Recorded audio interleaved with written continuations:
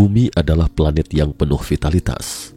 Sekitar 71% diselimuti air dan 20% lainnya merupakan area daratan yang terdiri dari 6 benua. Di abad ke-21 ini, hampir setiap tempat dipenuhi dengan peradaban manusia, kecuali Antartika satu-satunya. Antartika terletak di titik paling selatan bumi, merupakan benua kedua di dunia yang dikelilingi oleh lautan kecuali Australia. Juga merupakan satu-satunya benua di dunia yang sepenuhnya terisolasi dari peradaban dunia. Karena letaknya yang terpencil, sehingga dalam jangka waktu yang lama, manusia sama sekali tidak tahu keberadaan Antartika. Sampai pada tahun 1909, setelah tim penjelajah yang dipimpin oleh Sir Ernest Henry Shackleton menemukan Antartika, orang-orang baru tahu ternyata masih ada sebidang daratan seperti itu di muka bumi. Tapi karena Antartika bersuhu minus 25 derajat sepanjang tahun, sehingga tidak ada penduduk tetap di sana, atau mungkin kita diberitahu bahwa tidak ada seorang manusia pun di sana. Lagi pula, hanya segelintir orang yang bisa ke Antartika untuk memverifikasi hal ini. Pada tahun 2015, reporter UFO terkenal Linda Moulton Howe menerima sepucuk surat khusus. Penulisnya mengaku bahwa setelah lulus sebagai teknisi perawatan pesawat dari Universitas Iowa pada tahun 1977, ia bergabung di Angkatan Laut AS sebagai insinyur penerbangan LC-130. Pada tahun 1983, oleh atasannya ia dikirim ke Skuadron 6 Pengembangan Antartika VXE-6.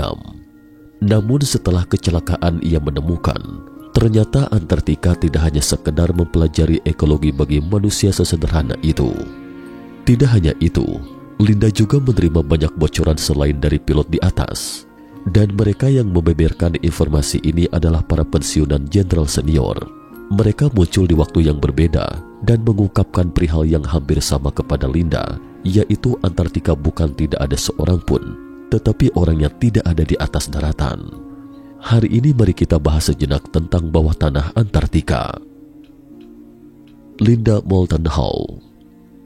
Linda Moulton Howe lulus dari Universitas Starport dengan gelar master di bidang komunikasi pada tahun 1968. Pada tahun 1980, ia mencermati insiden ternak sapi yang mati dari waktu ke waktu di banyak peternakan di Amerika Serikat. Ketika kawanan sapi itu ditemukan, organ seperti mata, lidah, alat kelamin dan organ lainnya telah lenyap. Linda yang merasa ada yang tidak beres, kemudian segera menyelidikinya. Dan ia terkejut menemukan darah sapi-sapi tersebut semuanya telah kering disedot, tetapi tidak ditemukan bekas percikan darah setetes pun di lokasi. Anehnya banyak petani melihat UFO di angkasa pada malam menjelang sapi-sapi itu disembelih. Dari hasil penyelidikan Linda, ia menyimpulkan bahwa peristiwa penyembelihan ternak itu terkait dengan penelitian biologi yang dilakukan oleh alien di bumi.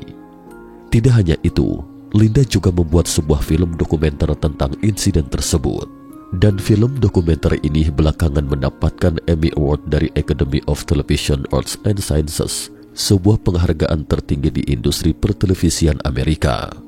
Sejak saat itu, banyak pelapor terkait UFO atau alien menghubungi Linda untuk menceritakan kisah mereka. Pada Januari 2015, earthfiles.com, situs web yang dioperasikan oleh Linda, kembali menerima surat dari pengirimnya bernama Brian.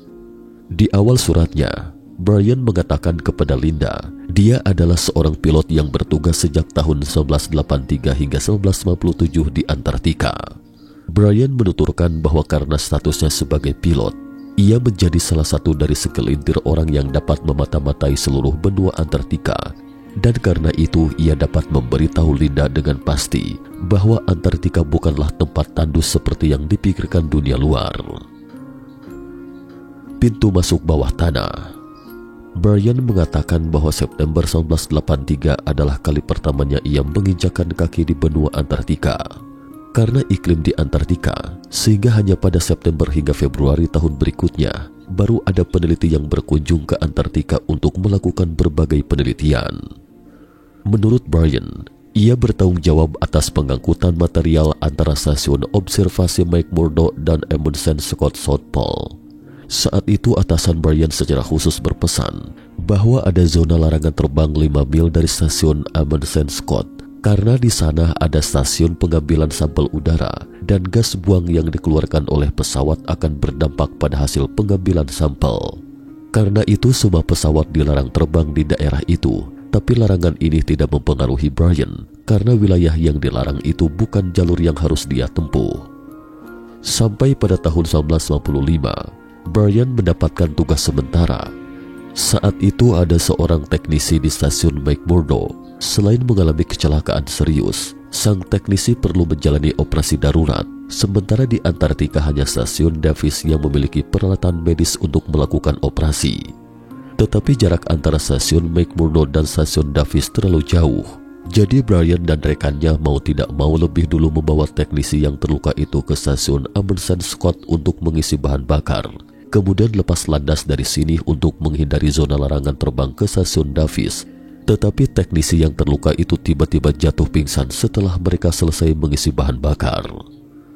Karena keadaan darurat, Brian CS terbang langsung ke area terlarang ke stasiun Davis tanpa melaporkan. Namun tak disangka terjadi sesuatu yang aneh setelah terbang ke zona terlarang. Brian kemudian melaporkan bahwa sistem navigasinya diganggu oleh sinyal misterius. Pada saat demikian, di mana untuk memastikan arah penerbangan, kru pesawat memandang sekilas keluar jendela dan melihat. Cuplikan wawancara Brian. And there was this large opening in the ice where this air sampling station was supposed to be. How big do you estimate it was? I estimated that you could have at least flown one of our aircraft into it. Probably more of the size of a football field. Tidak hanya itu, Brian juga melihat banyak mobil bergerak ke arah gua. Karena lubangnya terlalu besar dan seakan tidak berdasar, para kru yang melihat pemandangan itu pun sontak terkejut. Namun karena harus segera membawa teknisi yang terluka ke stasiun Davis, Brian CS tidak bisa tinggal lebih lama.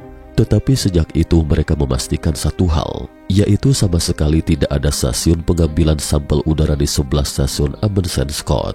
Selain pengungkapan dari Brian, beberapa netizen sebelumnya juga melihat banyak lubang misterius di Antartika saat menggunakan Google Maps.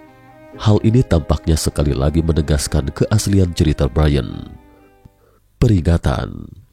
Setelah Brian mengantar teknisi yang terluka ke stasiun Davis dengan selamat, mereka kemudian dibawa ke dalam sebuah ruangan kecil. Tak lama kemudian, seorang komandan yang belum pernah dilihat Brian masuk dan berkata kepadanya, Okay, gentlemen, what you saw, you did not see. You were not over that area, and you will not ever talk about this again. Seusai berbicara, sang komandan segera meninggalkan ruangan, membuat teknisi hanya bisa termangu heran. Selain peristiwa ini, Brian juga menceritakan bahwa semakin lama tinggal di pangkalan Antartika, dia menemukan bahwa bukan hanya mereka yang mengetahui keberadaan lubang misterius tersebut. Pada suatu pesta, seorang perwira dari stasiun Amundsen Scott mengatakan kepadanya bahwa ada sekelompok pengunjung di stasiun pengambilan sampel udara baru-baru ini. Brian merasa agak aneh mendengarnya. Bukan hanya karena dia tahu bahwa stasiun udara itu tidak ada, tetapi juga karena Antartika sangat jarang dikunjungi tamu. Sebagian besar orang yang datang ke sini adalah peneliti atau personel militer, tapi mereka tidak akan menyebut orang-orang ini sebagai tamu atau pengunjung. Mendengar itu, Brian pun bertanya sambil mengerutkan kening. Tamu, siapa yang Anda maksud? Tak disangka perwira itu berkata, Well, my impression was that they weren't human. Setelah itu sang perwira pun tidak lagi menanggapi pertanyaan tentang tamu atau pengunjung. Sejak si perwira menyebut tentang kunjungan tamu, Brian selalu melihat pesawat aneh saat terbang di atas pegunungan Antartika.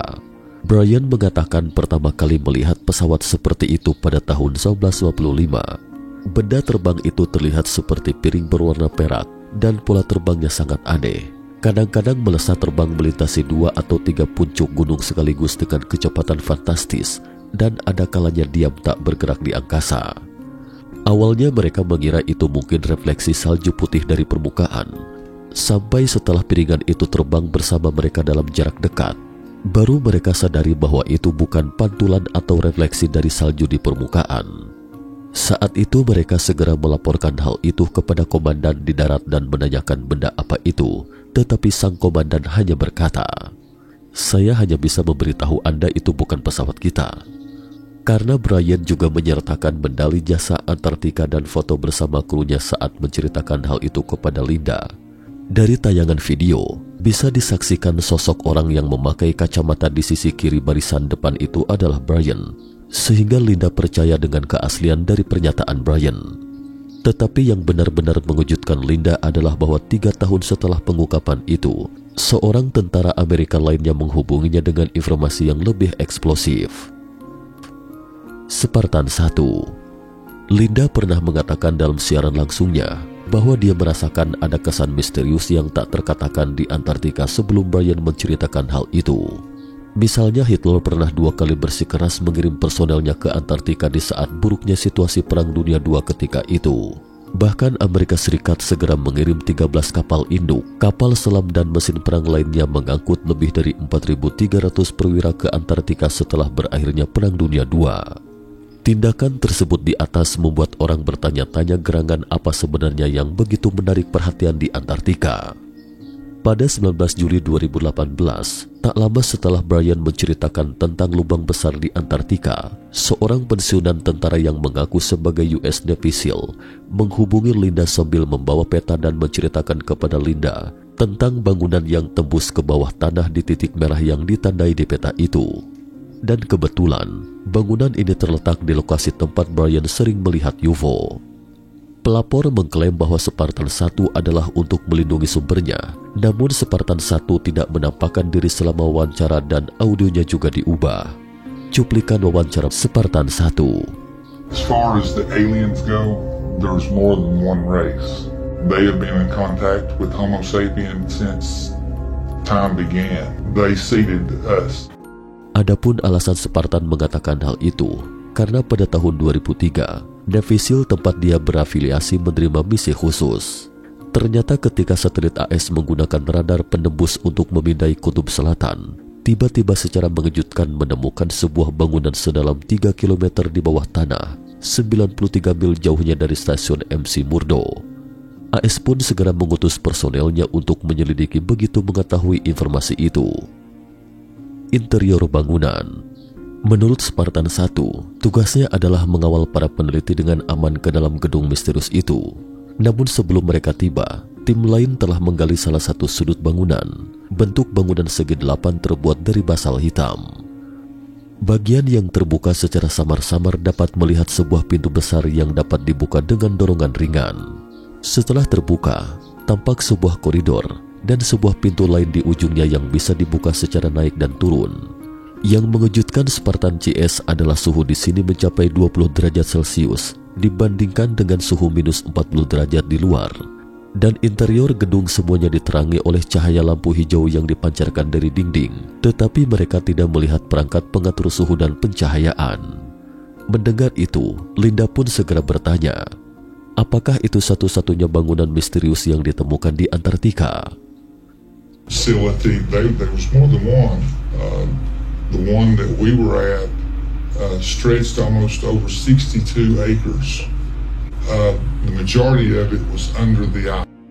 Linda kaget ketika mengetahui luas bangunan itu seluas 25,9 hektar. Karena jika yang dikatakan Spartan 1 itu benar, bangunan itu berada 3 km di bawah es dan dengan volume yang begitu luas. Besar kemungkinan bangunan segi 8 itu telah ada sebelum Antartika menjadi gunung es. Karena bangunan sebesar itu tidak mungkin tertutup es. Menurut ahli geografi pada 30 juta tahun yang lalu, Antartika adalah tempat yang hangat. Mungkinkah bangunan ini sudah ada sejak 34 juta tahun yang lalu? Jika benar demikian, lalu siapa yang membangun gedung tersebut? Rekayasa genetika. Dalam wawancara ini, Spartan 1 menuturkan kepada Linda bahwa keberadaan bangunan itu bukanlah yang paling mengejutkannya, melainkan sesuatu yang tersimpan di dalam gedung. Sementara itu di pintu kedua, mereka melewati koridor yang panjang dan menurun. Ada sebuah ruangan besar di ujung koridor. Di sana ia melihat ratusan tubuh manusia direndam dalam wadah-wadah aneh. Menurut Spartan 1, tubuh manusia ini adalah ras manusia lain yang diciptakan alien pada saat yang sama ketika alien menciptakan manusia. Mereka disimpan di Antartika menunggu suatu hari ketika bumi dihancurkan oleh manusia. Mereka akan bangun dari wadah dan mengambil alih bumi. Sparta tahu semua itu karena ada alien di dalam anggota tim. Aliens go, there's more than one race. And we've been talking to several races. Menurut penuturan Spartan, saat ini setidaknya ada 7 ras alien yang sering mengadakan kontak dengan manusia. Mereka mencapai kesepakatan dengan pemerintah manusia untuk tujuan yang berbeda. Dan demi bekerja sama dengan alien, banyak negara seperti Amerika Serikat telah meluncurkan program luar angkasa rahasia sejak lama.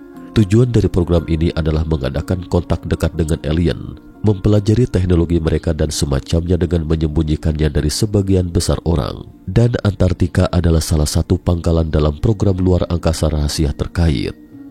Basis lainnya termasuk di bulan dan Mars. Tempat-tempat ini memiliki satu kesamaan, yaitu sulit bagi orang biasa untuk mengetahui apa yang terjadi di sini. Konon katanya bahwa sejak abad terakhir, ilmuwan top dari seluruh dunia akan dikirim ke pangkalan ini dengan alasan untuk penelitian di negara lain. Sementara itu, kerabat dan teman-teman mereka tidak tahu bahwa kerabat atau teman mereka telah meninggalkan bumi. Karena di bumi ada suatu lembaga yang secara teratur akan membantu mereka mengirim kartu pos ke anggota keluarga mereka yang tinggal di bumi. Fakta Antartika. Karena Linda menerima banyak bocoran tentang Antartika selama beberapa tahun, sehingga membuatnya curiga adanya pangkalan bawah tanah yang misterius di Antartika. Bagaimanapun, para pengungkap ini menyertakan dokumen identifikasi mereka. Metode pengungkapan rahasia mereka juga anonim dan tidak ada motif untuk mendapatkan ketenaran atau kekayaan dengan cara ini. Yang paling penting adalah para whistleblower ini tidak mengenal satu sama lain, tetapi apa yang mereka ungkapkan tidak hanya dapat divalidasi secara silang. Bahkan para ahli mengemukakan bahwa jika ada bangunan basal di Antartika, maka kemungkinan besar bangunan ini akan dapat menghambat radiasi nuklir akibat perang nuklir. Karena ketika bom nuklir meledak, akan melepaskan banyak sinar gamma dan radiasi neutron. Sementara basal dapat secara efektif menghambat sinar gamma, namun tidak dapat menahan radiasi neutron. Tetapi es bisa. Jadi ketika basal dipadukan dengan es, itu sama dengan bunker yang dapat menahan radiasi nuklir. Sekali lagi, ini membuktikan bahwa ras manusia di dalam gedung bangunan segi 8 yang dikatakan Spartan 1 akan bangkit untuk mengambil alih bumi setelah manusia tidak lagi cocok untuk menguasai bumi.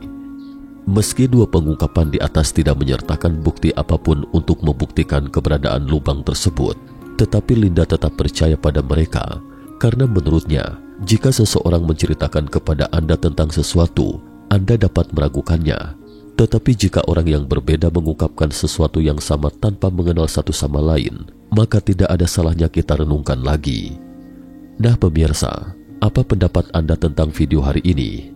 Percaya Anda dengan apa yang diungkapkan whistleblower di atas? Saya pikir meskipun kita sebagai manusia biasa tidak memiliki kesempatan untuk memverifikasi dunia bawah tanah di Antartika, tetapi satu hal yang pasti, yaitu ketika glaster Antartika mencair, maka permukaan laut akan naik dan banyak daratan, kota akan tenggelam ke dasar laut, bahkan virus dan bakteri purba akan terbebaskan selama pencairan glaster. Dan jika memang demikian, maka umat manusia akan ditimpa bencana. Jadi sambil menonton misteri ini, jangan lupa untuk selalu menjaga lingkungan dan menyelamatkan bumi yang saat ini sudah mengalami kerusakan dan pemanasan global akibat dari ulah kita sendiri. Bukankah begitu? Cukup sekian dulu topik kita hari ini. Jika suka dengan video mata ketiga, jangan lupa like, subscribe, dan share. Terima kasih atas perhatiannya dan sampai jumpa di episode berikutnya.